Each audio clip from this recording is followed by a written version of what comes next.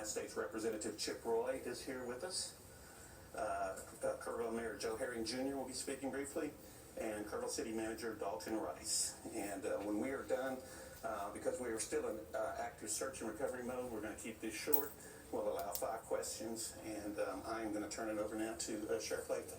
Thank you. As probably a lot of y'all know, Sheriff Larry Leath of Kirk County. One thing I want to tell you, I appreciate y'all covering this. One thing I'm really big about is transparency. Really appreciate y'all getting the message out there. We will do our best. Like you said, we'll have 2 more briefings out there to get you information as we get it. What I want to start with, I want to make sure you understand. These numbers I'm going to give you are 8:55 a.m. this morning. These are changing rapidly, okay? So every time the next time we meet, I'll update you, but just bear with us, okay? They will be changing. They're already changing them up here, and we'll try to do a really good job. I've got some notes here I'm going to read because I want to be pretty accurate on this. Then I'll talk a little bit before I turn it over to Chip Roy. We are now more than 24 hours into this tragic event, and Kerrville Police Department, Kerrville Fire Department, and Kirk County Sheriff's Office, and other first responders from around the Texas are continuing to conduct rescue and recovery operations along the Guadalupe River corridor. So far, we've evacuated over 850 uninjured people, 8 injured people, and have recovered 27 deceased fatalities at this time. Of these 27, 18 are adults, 9 are children. Of that, 6 of the adults are unidentified, and 1 of the children are unidentified at this time. That's at 8:55 this morning. We're unable to release any further information on deceased at this time, as our thoughts and prayers go out to the loved ones. We are working hard to locate anyone who is still missing and to ensure they are safe. There are 2 ways that you can report the missing people. This is something I would really like y'all to spend some time getting out. One of the ways is via phone. We have a call center set up to accept information and share that information along our relief and incident commanders. That number is 830-285-1111. I'll repeat, 830-285-1111. The second correction, 258. Sorry about that. I'm going to repeat it one more time. 258. 258. Number for the final time is 830-258-1111. Is everybody good? Okay. Second way is via email. Like the phone number, information received will be shared along our relief teams. That email is floodrecovery@co.tx.us. Repeating one more time, floodrecovery@co.tx.us. There is a shelter for the general public who needs assistance at the First United Methodist Church, 321 Thompson Drive in Kerrville. 321 Thompson Drive, Kerrville. At present, we don't need material or volunteer donations at this time. We're coordinating with a strong state response currently. Cash donations can be made to the Community Foundation of the Texas Hill Country. Once again, donations can be made to the Community Foundation of the Texas Hill Country. Our first responders along have been working tirelessly and will continue to conduct search and rescue operations until all citizens are accounted for. Tragic incidents like this affect us all. This community is strong and will continue to pull together during this tragic time.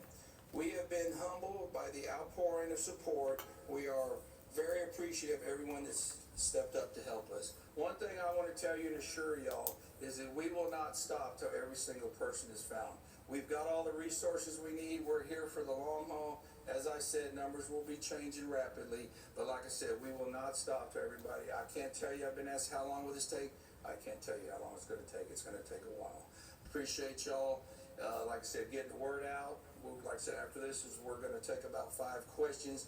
At this time, I'm going to introduce you to United States Representative Chip Roy. He's going to say a few words. Thank you, Sheriff. I'll be brief. I'm here to show support for the community. My family comes here to Kerrville for 4th of July virtually every year. Come here for Robert Earl shows, and we were planning to be here for the show with Robert Earl and Beckman.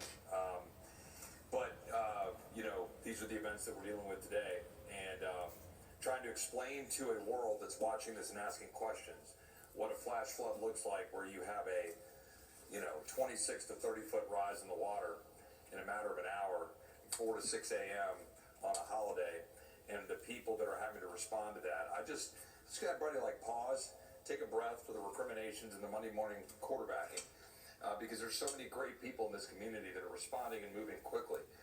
Lives lost, saving people, like camp directors, and I'm going to let other people name names and stuff. That's not my job here, but we know the stories of people that have been heroic in trying to make sure that the lives lost was at a minimum, and trying to recover individuals. I got a call and an update this morning. My kid's school, there was one of their schoolmates was missing, and was one of the kids. She was on a mattress for 2-3 hours in the middle of the night. She's united with her mom, and that's wonderful. And those are the kind of blessings that we should be celebrating, while we're also mourning the loss of life as we identify those that didn't make it and are now home with their Lord. So I just want to appreciate the first responders, the coordinated effort from the state, local, federal partnerships. Yesterday I was on the phone with the president, with the secretary. I expect we'll have some additional visitors today. I'll let other people talk about that, but I couldn't even get the conversation out with the secretary, trying to explain to her what we were dealing with. That doesn't happen often for me, but it took me a while to collect myself to even be able to tell her what we were looking at. And they've been fantastic, made available immediately at the request. I talked to NIM about the need for help with the Army Corps, talked to the secretary and their team, and they're immediate. It's been an extraordinary partnership. I think there's been 1,000 or so boots on the ground combined between state, local, and federal. I'll let them say the numbers, but obviously hundreds of people that have been rescued, 160 plus air rescues. I think that number's going up. Airlifting and taking in resources, some of these camps that are isolated. So let's focus on that. Let's focus on finding those who can be found, and then we can always assess what we need to do later going forward. But extremely proud of this community. Let's finish the job here over the next few days. Support the local law enforcement, the first responders, and pray for the families, particularly those who've lost loved ones. With that, I will turn it over to the mayor. Thanks, Joe. I'm Mayor Joe Herring Jr., Mayor of Kerrville, Texas. I'm glad you're here, and I have a few comments to make. People need to know today will be a hard day. It will be a hard day. This is the message I want to share. The city of Kerrville is thankful. We have help from our city crews, from county personnel, from state agencies, and federal resources, including the Coast Guard. I have been asked how people can help. The sheriff has mentioned that a fund has been set up by the Community Foundation of the Texas Hill Country. Information about this can be found on the city's Facebook page. In fact, if you want to know how to help, I know from my phone, from my texts, from my emails, thousands of people across our state and the world want to know how they can help. The easiest way to get information about that is to follow the City of Kerrville Facebook page. City of Kerrville, City Hall Facebook page. They have done an admirable job of making sure all resources and all information is available, not only to the citizens of Kerrville, but to the citizens of the world. I'm thankful you're here. Today will be a hard day. Please pray for our community. Thank you. Next up is City Manager Dalton Rice. Thank you, Mayor. Dalton Rice, the City Manager for the City of Kerrville. Just wanted to give a couple updates.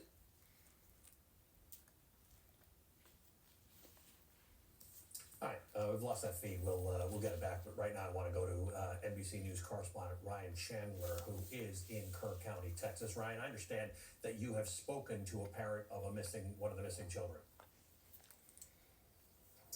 Yeah, Yes, Allie, and those updates we just heard are some updates that parents have feared. With every update, the death toll rises now at 27. 9 of those are children. You can really feel a palpable sense of apprehension and anxiety in this town as parents have come from all across the state, some of them who are going to learn the worst information of their lives. I just got off the phone with the brother of Blakely McCrory, who is an 8-year-old little girl who is staying in one of the cabins at Camp Mystic, who is still missing. And I'll just tell you what he told me, because a lot of the updates that we're getting about these missing girls are coming directly from the families, not from officials, understanding that this is still an incredibly sensitive and active search and rescue mission. But he told me that the families are gathered together at a local church waiting for news. He described the cries that they've heard as some he expects receive bad news. All of that we are not attuned to. We don't know exactly who is still missing, who has been found, who has been unfortunately found dead. So I don't want to speak too out of hand. I can only relay that environment that he relayed to me.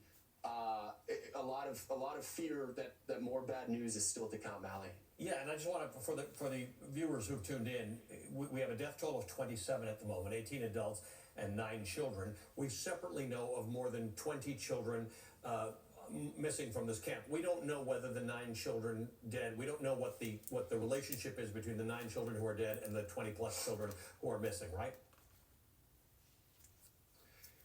That's correct, and I want to make very clear there that those are 2 separate figures until confirmed otherwise by the local officials here. They are, of course, very sensitive to these families, as are we. We don't want to get ahead of them as they still wait for word.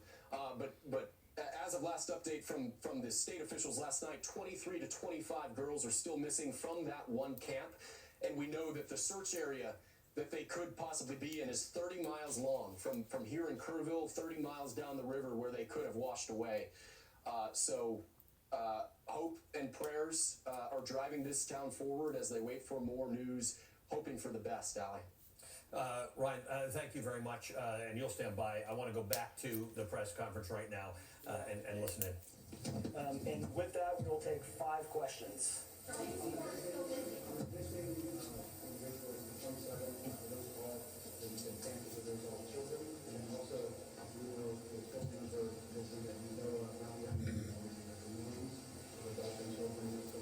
The 27 missing is the children from Camp Mystic that we have as far as right now for the number. As far as unknown other missing, we do not have an accurate count, and we don't even want to begin to estimate at this time.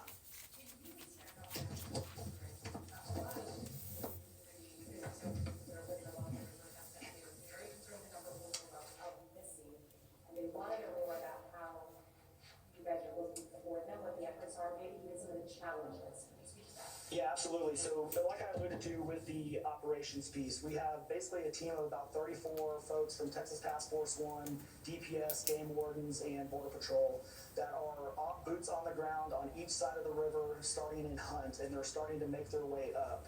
Across this entire area, it's probably about a 17-kilometer stretch. They are going to be in very debris terrain, very difficult, challenging contours along the riverbanks. So it is a very harsh environment.